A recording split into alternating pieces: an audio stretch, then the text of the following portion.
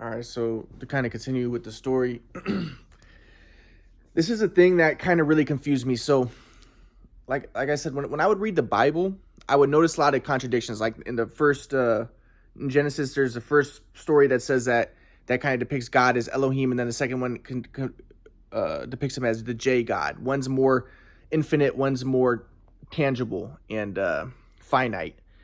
And but I was like, yeah, that's right, because as my grandpa teaches, there is no formula. There is no formula. So with the flow, there is no formula. So if you picture God as infinite or you picture God as finite, neither one is accurate because neither one is the flow. The flow is inspiration, and the flow is you cannot encapsulate the flow. And even imagining God as infinite is an encapsulation. So that's where they come up with ideas of apophatic. So it's a very mystical way of looking at the Bible. And I looked throughout the Bible, and like there'd be like Jesus would say, shout the truth from the rooftops. But then Jesus would say, pray in the closet. And there'd be these contradictions that you would see throughout. Or Jesus would be like, yeah, don't fight. But then the next time he'd be like, bring your swords. And it's like, but I was like, yeah, exactly. Because, in the flow, there is no formula. And the flow comes from inspiration. And the flow does not come from the self. And if it's a formula, it's coming from the self. So that's the way I wanted to see the Bible, a very mystical way of looking at it. But, and I thought the same thing with reality in a sense. So I was trying to tell my grandpa that I kind of believed that there was gematria, and I believed that there was Bible codes. And you looked at the Bible codes, and a lot of them would fit the quadrant pattern. For instance, the 4 acrostics of the Tetragrammaton in the book of in the book of Esther. And they say that that the Messiah, when he comes, he's gonna bring the truth, and he's gonna show that God is in material reality everywhere, even in the mundane, kind of like in the book of Esther, where it seems like God's not there, but because he doesn't mention him explicitly in that book, but you see his acrostic written 4 times in it. And I was like, yeah, and I thought that there was some sort of supernatural thing organizing everything through the quadrant pattern, and also in like the gematria and in codes in the Bible and the Quran and all that type of stuff. But my grandpa was like, he saw that as magical thinking. He thought the quadrant model was magical thinking because in existential metapsychiatry, according to my grandpa, but I don't think that this is what Dr. Hora thought. Because Dr. Hora saw God as infinite love intelligence, and I think that Dr. Hora would have actually been more open to my idea of the quadrant model and the idea of reality than my grandpa. But my grandpa, he tried to make things too rational, and he didn't want to believe the magical. And he didn't even believe Dr. Hora's stuff. Dr. Hora would say, you create the storm. My grandpa would be like, he tried to be too rational, because he thought that maybe I would make fun of him. So for being too crazy. But no, Dr. Hora would say, you create the storm.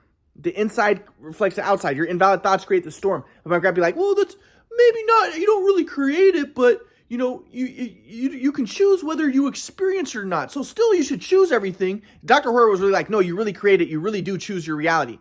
You really are responsible for your reality. But my grandpa would kind of dumb it down or water it down and be like, well, you don't really create it, but you do choose, and you are responsible for how you choose to experience it, whether you get all locked into it and you become all, stuck in the self, or whether you don't have to experience it, And I'm like, that's not what Dr. Hora taught. But in the same thing, like, when I'm trying to show my grandpa about the quadrant model, I'm like, Grandpa, there is a supernatural type of thing going on. But my grandpa, his whole thing was like, he tried to make things very rational. So his thing was like, Jesus could manipulate the energy. But that's not magic, that's science, because he recognized everything was energy. So he could turn the water to wine because that's science, because he recognized it's just different organizations of energy events, of quarks. And those are just energy events, and he could manipulate it. And that's not magic, that's science. That's not magic. But I'm like, dude, Grandpa, reality might be magical. Look at the quadrant model. But my grandpa didn't want to believe it, because my grandpa didn't want to, he would be like, that seems like magical thinking. The idea that there's like a magical separate God organizing things. That seems like magical thinking, but because my grandpa tried to be too rational, and he'd be like, it's just all energy. And yes, there is a complexification process of the energy, and it leads toward the kingdom of heaven and stuff. But, there isn't a separate God, but I was like, it seems like there might be some sort of supernatural organizer or organizing thing going on. And the way that I would say that is I'd be like, look at the 4 acrostics of the Tetragrammaton in the book of Esther. My grandpa was like, well, the people could have intentionally put those there. But I'm like, I don't know about that. It might be, but how do they know to put 4 of them? And all the other, like the Bible quotes where there's a cross and there's all that type of stuff, like, I'm like, it seems like it's possible that there's some sort of God organizing this stuff. But my grandpa's like, oh, no, it's that magical thinking. That's magical thinking to think that there's power in the cross and in the quadrant and all this stuff. That's magical thinking. And I'm like, so he didn't believe in geometry, but I understand what he's saying. Like, he didn't believe in synchronicities, but I think that my view of reality was more of reality as like dreamlike. But at the same time, I was anti-white, and I respect my grandpa's ideas about the Marxism not being beneficial and stuff, but I wanted to be like, look, Grandpa, like the JEPD theory. So it says that there's 4 authors of the Bible, and that's what my grandpa wanted to believe. He's like, yeah, that makes more sense. There were 4 authors, and the Bible, a lot of it was written in the flow. The people had transcendental consciousness, and they were in the flow, and they wrote it, and a lot of it was in the flow, but some of it wasn't, but most of it was written in the flow, and they had higher consciousness and awareness of non-dualism, that there is no self, and all that stuff. And he thought that, that 4 authors wrote the Bible. There's the idea of the JPD theory that there's 4 authors. But I was like, Grandpa, the way that I see it is the Bible makes it seem like there were 4 authors, because the Bible allows for the materialistic, the world, reality is kind of magical and it's kind of dreamlike, and it allows for the materialistic view to be seen. But at the same time, like, for instance, there'll be the materialistic view will be reflected in that there's 4 Cro-Magnon skulls found, and people be like, oh, see, this proves that humans evolved, but there's 4 of them. So it shows that even that it's almost like Satan versus God. Like, the universe allows for the materialistic Darwinian viewpoint to be seen and to be followed, but it also allows for the supernatural viewpoint to be followed. And if you understand, that even like the JPD theory, it seems like there's 4 authors, and it seems that's the rational interpretation. My grandpa was like, yeah, that makes more sense. I don't believe that there was a supernatural God that wrote it, but I'm like, but Grandpa, it allows for the viewpoint, that the materialistic viewpoint, but also there's 4 authors. So hidden behind the supernatural viewpoint, the naturalistic viewpoint is the supernatural still showing itself through the quadrant.